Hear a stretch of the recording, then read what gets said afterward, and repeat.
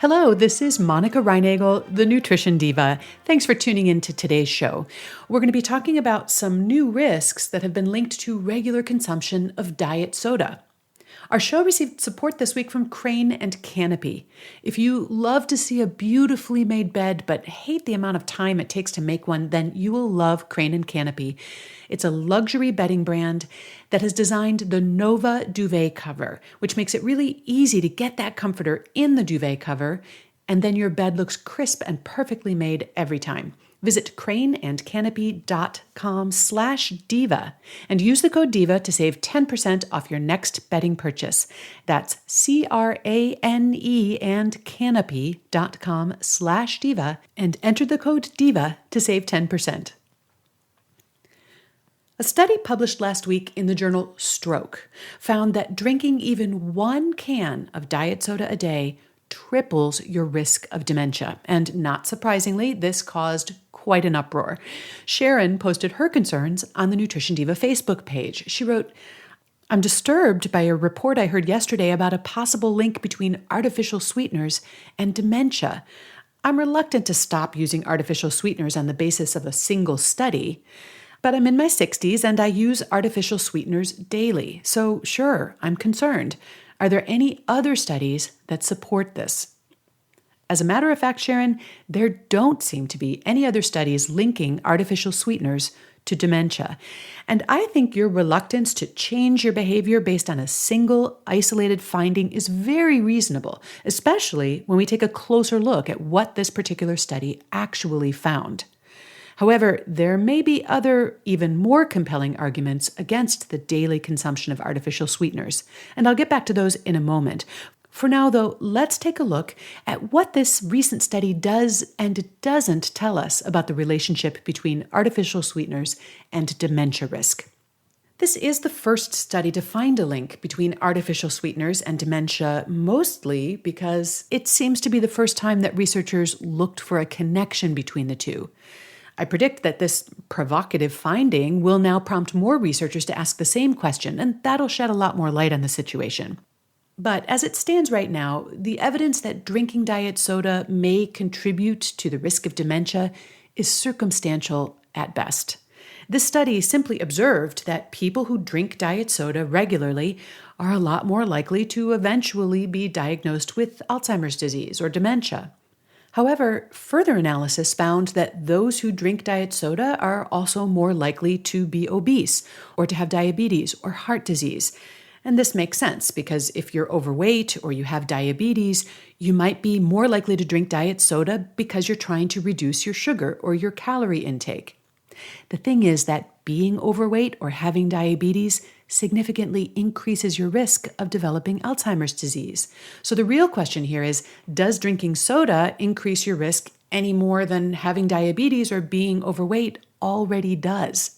And sure enough, when the researchers adjusted the analysis to account for these other risk factors, the link between diet soda consumption and dementia essentially disappeared. So in this case, Sharon's skepticism is absolutely the right impulse. There's very little in this study to suggest that drinking diet soda affects your risk of dementia. However, there are still at least 3 good reasons to reconsider your diet soda habit. Before I tell you what they are, I also want to thank our other sponsor, Third Love. Did you know that women change bra sizes an average of 6 times in their lives? And finding the perfect fitting bra can make all the difference. Third Love bras were developed using thousands of real women's measurements, and they range from sizes AA to G, including their signature half-cup sizes. No matter what your body shape, Third Love's Fit Finder will help you determine the best size and style for your body. You can try a bra from Third Love's 24/7 collection for 30 days to see for yourself what a difference the right fit makes. Take the tags off, wash it, really live in it for 30 days to make sure it's your new favorite bra. And if you love it, they'll charge your card. But if you don't love it, that's okay. Just send it back for free and your card will not be charged. Go to thirdlove.com/diva to get started today. That's thirdlove.com/diva. And now, 3 reasons that might cause you to rethink that daily diet soda. Reason number 1, artificial sweeteners may increase your risk of diabetes. This is pretty ironic because, as I was just saying, people with diabetes often choose artificial sweeteners in order to reduce their consumption of sugar. Now, the sweeteners themselves don't cause an increase in your blood sugar, but research has found that they may impair your body's ability to process carbohydrates from other foods that you eat. You can read more about that research in episode number 390, Do Artificial Sweeteners Promote Diabetes? As I explained in that show, having a diet soda with your meal is not the same as having water with your meal. Even though both have 0 sugar and calories, your blood sugar is likely to be higher after the meal with the diet soda. And over time, those higher blood sugar and insulin spikes can increase your risk of developing type 2 diabetes. Reason number 2, artificial sweeteners may promote weight gain. Although our bodies get no calories from artificial sweeteners, they still provide a food source for your gut bacteria. Different bacteria appear to prefer different sweeteners, and whichever strains of bacteria you feed are going to proliferate in your gut, often at the expense of others. Research suggests that artificial sweeteners tend to promote the growth of intestinal bacteria that are associated with weight gain and suppress the growth of intestinal bacteria associated with leanness. And this research is explored in more detail in episode number 303, Artificial Sweeteners and Weight Gain. And finally, reason number 3, cutting out artificial sweeteners can increase your enjoyment of healthier foods. Now, this last reason is based not on research, but on my own experience in working with hundreds of people on developing healthier eating habits. I've found that people who drink diet soda or use artificial sweeteners tend to use a lot of them. Because they have no calories, people seem to think it's okay to consume them in unlimited quantities.